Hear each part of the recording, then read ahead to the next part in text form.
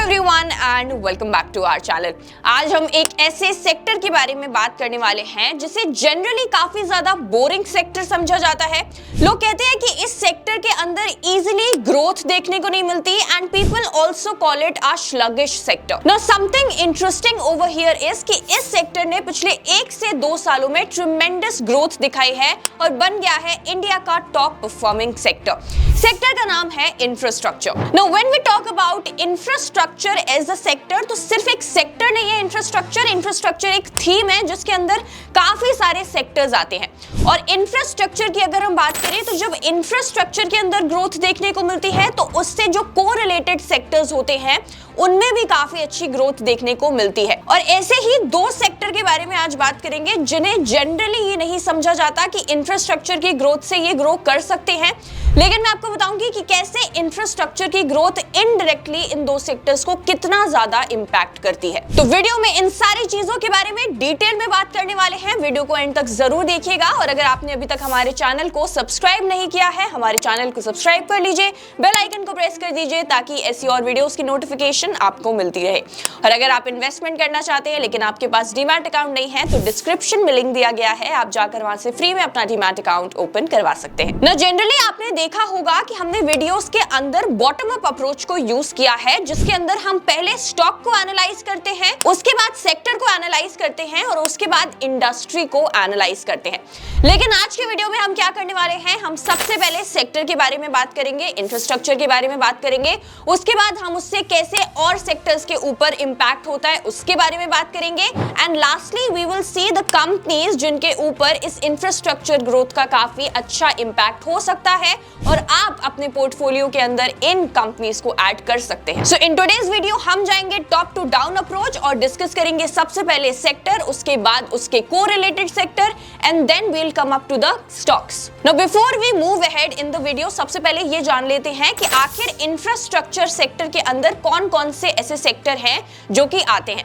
तो अगर हम इंफ्रास्ट्रक्चर इंडेक्स को देखें तो यहाँ पे आते हैं oil, gas and consumable fuels जिनका शेयर 28.38% है, कंस्ट्रक्शन मटेरियल्स जिनका शेयर 12.37% है, टेलीकम्युनिकेशन जिनका शेयर 11.5% है, पावर जिनका शेयर 11.76% है, कंस्ट्रक्शन जिनका शेयर 17.07% है, सर्विसेज जिनका शेयर 5.82% है and then comes capital goods जिनका शेयर 3.04% है, कंज्यूमर सर्विसेज जिनका शेयर 2.93% है एंड रियल्टी जिनका शेयर 2.57% है, health care with a share of 2.51% and automobile and auto components with a share of 2.05%। तो इंफ्रास्ट्रक्चर इंडेक्स के अंदर टोटल 30 कंपनीज आती हैं जिनमें 11 सेक्टर्स हैं और ये 11 सेक्टर्स वही हैं जो मैंने आपको अभी बताए। तो अगर आप स्पेसिफिकली इंफ्रास्ट्रक्चर सेक्टर के अंदर इन्वेस्ट करना चाहते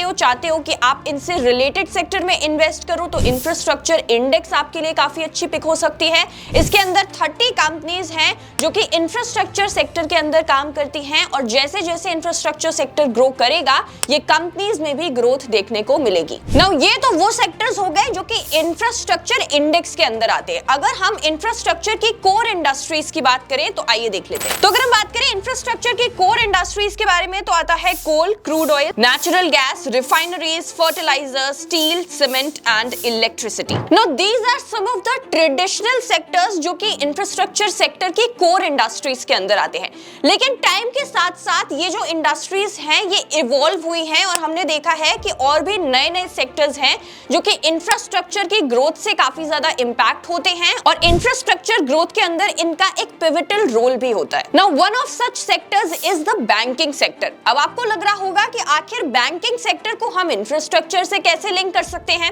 वेल, इंफ्रास्ट्रक्चर एक एसेट हैवी सेक्टर है, मतलब इंफ्रास्ट्रक्चर के अंदर हमें काफी ज्यादा कैपिटल की रिक्वायरमेंट होती है और ये जो कंपनीज हैं जो इंफ्रास्ट्रक्चर सेक्टर के अंदर काम करती हैं इनके पास ये कैपिटल आखिर कहां से आएगा? ये कैपिटल आएगा आएगा बैंकिंग इंस्टीट्यूशन से। ना चाहे रेलवेज के लिए ट्रैक्स को कंस्ट्रक्ट करना हो, रोड कंस्ट्रक्शन हो, ब्रिजेस कंस्ट्रक्शन हो, या फिर किसी और कंस्ट्रक्शन की हम बात कर ले, इन सभी में काफी ज्यादा कैपिटल की रिक्वायरमेंट होती है, जिसे फुलफिल कौन करता है? हमारी बैंक्स फुलफिल करती है। And that is why we are saying कि जो बैंकिंग सेक्टर है, this is one of such sectors जो कि डायरेक्टली लिंक्ड नहीं है इंफ्रास्ट्रक्चर से, लेकिन इंफ्रास्ट्रक्चर की ग्रोथ से ये सेक्टर भी काफी अच्छी ग्रोथ दिखा सकता है, क्योंकि कैपिटल की रिक्वायरमेंट होती है इंफ्रास्ट्रक्चर के अंदर, जिसे फुलफिल कौन करेगा? The banks will fulfil. ना अगर हम बात करें डिफरेंट इंफ्रास्ट्रक्चर प्रोजेक्ट्स की, तो गवर्नमेंट काफी ज्यादा फोकस कर रही है आजकल इंफ्रास्ट्रक्चर सेक्टर के ऊपर स्पेसिफिकली, और उन्होंने काफी सारे प्रोजेक्ट्स को आउटसोर्स भी किया है to the private players,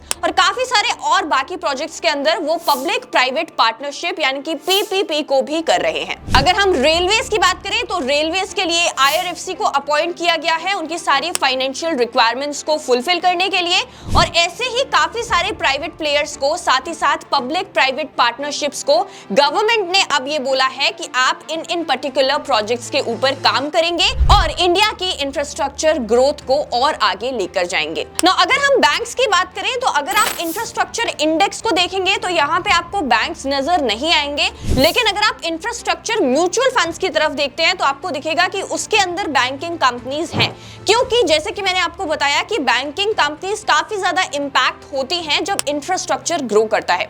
so you can also go for infrastructure mutual funds if you want to invest in the banks also. Now when we talk about construction under infrastructure sector, तो दो type के constructions होते हैं। पहला होता है real estate construction और दूसरा इंफ्रास्ट्रक्चर। नाउ अगर हम इंफ्रा कंस्ट्रक्शन की बात करें तो यहाँ पे गवर्नमेंट ने काफी सारी चीजें बोली हैं। गवर्नमेंट ने कहा है कि बाय द ईयर 2025 वो हाईवेज, नेशनल हाईवेज को और ज्यादा इंक्रीज करने के बारे में सोच रहे हैं। They are planning to develop national highway network of 2 lakh kilometres by the year 2025। इसके अलावा 1200 रेलवे स्टेशंस को इंडिया के अंदर रीडेवलप करने के बारे में भी गवर्नमेंट ने कहा है, और इसके लिए उन्होंने डिफरेंट कंपनीज को ये प्रोजेक्ट्स दिए हैं।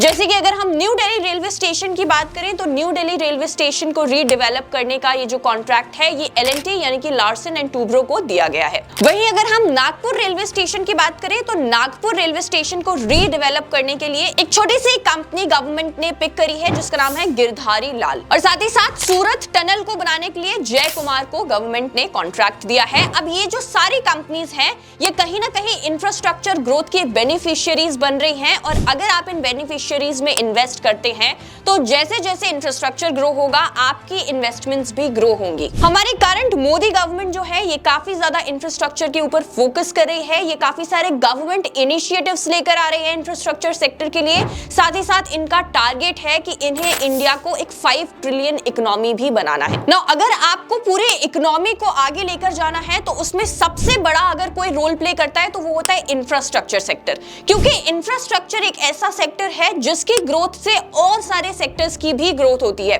फिर चाहे वो हेल्थ केयर सेक्टर आप ले लीजिए, हाउसिंग सेक्टर आप ले लीजिए, या फिर आप सेक्टर्स ले लीजिए लाइक बैंक्स, ये सारे सेक्टर इंफ्रास्ट्रक्चर सेक्टर की ग्रोथ से ऊपर बढ़ते हैं, और इसी तरीके से as a whole at a macro economic level हमारी इकोनॉमी भी ग्रो करती है। रेलवे मिनिस्टर अश्विनी वैष्णव और हमारे road and transportation minister Nitin Gadkari ये दोनों मिलकर काम कर रहे हैं इंफ्रास्ट्रक्चर सेक्टर के ऊपर। नाउ वन थिंग जो यहाँ पे इंफ्रास्ट्रक्चर ग्रोथ के लिए एक थ्रेट बन सकती है वो ये है कि अगर आने वाले इलेक्शंस के बाद हमारी जो करंट गवर्नमेंट है ये वापस पावर में नहीं आती है, अगर ये जो मिनिस्टर्स हैं, जो हमारे रेलवे मिनिस्टर हैं, हमारे रोड एंड ट्रांसपोर्टेशन मिनिस्टर हैं, ये चेंज हो जाते हैं, लीडरशिप चेंज हो जाती है, तो इसकी वजह से हमारे जो इंफ्रास्ट्रक्चर ग्रोथ का मोमेंटम है ये थोड़ा सा स्लो हो सकता है। यहाँ पे आपको ध्यान देना पड़ेगा। लेकिन अगर हम ओवरऑल बात करें, जो कि हमें पता ही है कि सर्टेनली हमारी जो गवर्नमेंट अभी है वो ही री इलेक्ट होने वाली है, तो आप देख लीजिए कि इंफ्रास्ट्रक्चर कहां जाने वाला है, और आप अगर इन्वेस्ट करते हैं इंफ्रास्ट्रक्चर सेक्टर के अंदर तो आपकी इन्वेस्टमेंट्स कहां जा सकती हैं। So that was it for today's video. I hope आपको वीडियो इंटरेस्टिंग लगा होगा, आपको सब कुछ समझ में आ गया होगा कि क्यों आपको इंफ्रास्ट्रक्चर के अंदर इस टाइम पर फोकस करना चाहिए। वीडियो को अपने फ्रेंड्स एंड फैमिली के साथ शेयर जरूर करिएगा, उन तक भी ये इन्फॉर्मेशन पहुंचनी चाहिए।